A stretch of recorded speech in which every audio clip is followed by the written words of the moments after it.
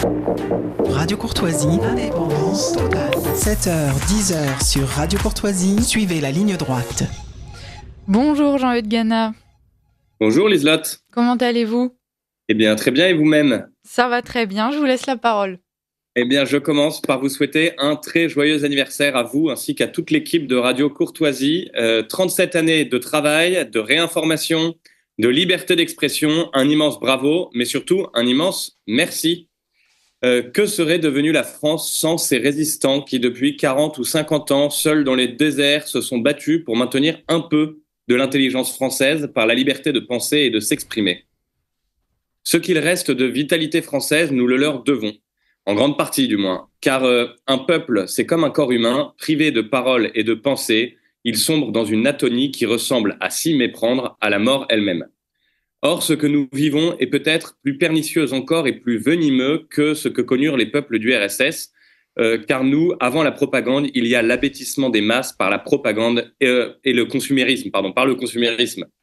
Dans une dictature communiste, personne n'ose évidemment remettre en cause le communisme, mais la réalité est telle que personne n'y croit. Sous nos latitudes, qu'il s'agisse du Covid, de l'avortement, du vivre ensemble, la lobotomisation est si parfaite qu'une part très large de la population est encore parfaitement convaincue par le discours dominant, en dépit du réel. Alors, il n'y a pas de goulag, bien sûr, pour les dissidents, mais l'arsenal législatif est tel, des lois Pleven-Guesso et Taubira, en passant par la censure totale des réseaux sociaux, que l'on y réfléchit quand même à 2 fois avant de dire certaines vérités, sous peine de connaître la mort sociale économique, et ceci pas seulement à la télévision ou sur les réseaux sociaux, hein, même au bistrot, en famille, enfin partout, surtout au travail d'ailleurs. Alors, justement, Ah non, pardon, si vous aviez fini là ou pas ? J'ai l'impression de vous couper parce que je voulais vous relancer justement puisque le constat est assez désastreux ce que vous nous dressez, mais heureusement, fort heureusement, au milieu de toute cette boue, il y a quand même certaines figures qui se dressent, qui peuvent nous donner des espoirs et on les appelle les lanceurs d'alerte. Tout à fait, Liselotte. D'ailleurs, j'étais comme vous hier au colloque de l'ASLA, qui m'a d'ailleurs aidé personnellement et qui aide beaucoup de personnalités utiles au débat.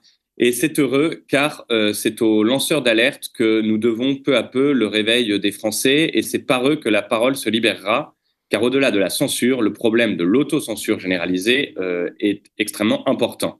Et là, je vais vous donner un exemple plus que parlant, je conclurai là-dessus.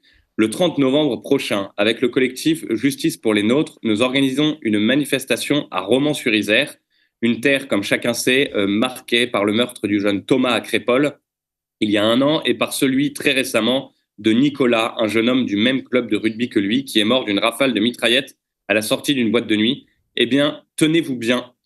Je parlais d'autocensure. Il y a des amis de Thomas qui auraient pu y passer le jour J, qui auraient pu être poignardés, et qui nous ont confié ne pas oser venir publiquement au rassemblement de peur que ceux-ci soient utilisés au procès par la défense des assassins de Thomas, qui, soit dit en passant, sont toujours en liberté. Oui, c'est lunaire. Ils ont échappé à des coups de couteau, c'est scandaleux, mais ils craignent encore qu'on les culpabilise. C'est délirant.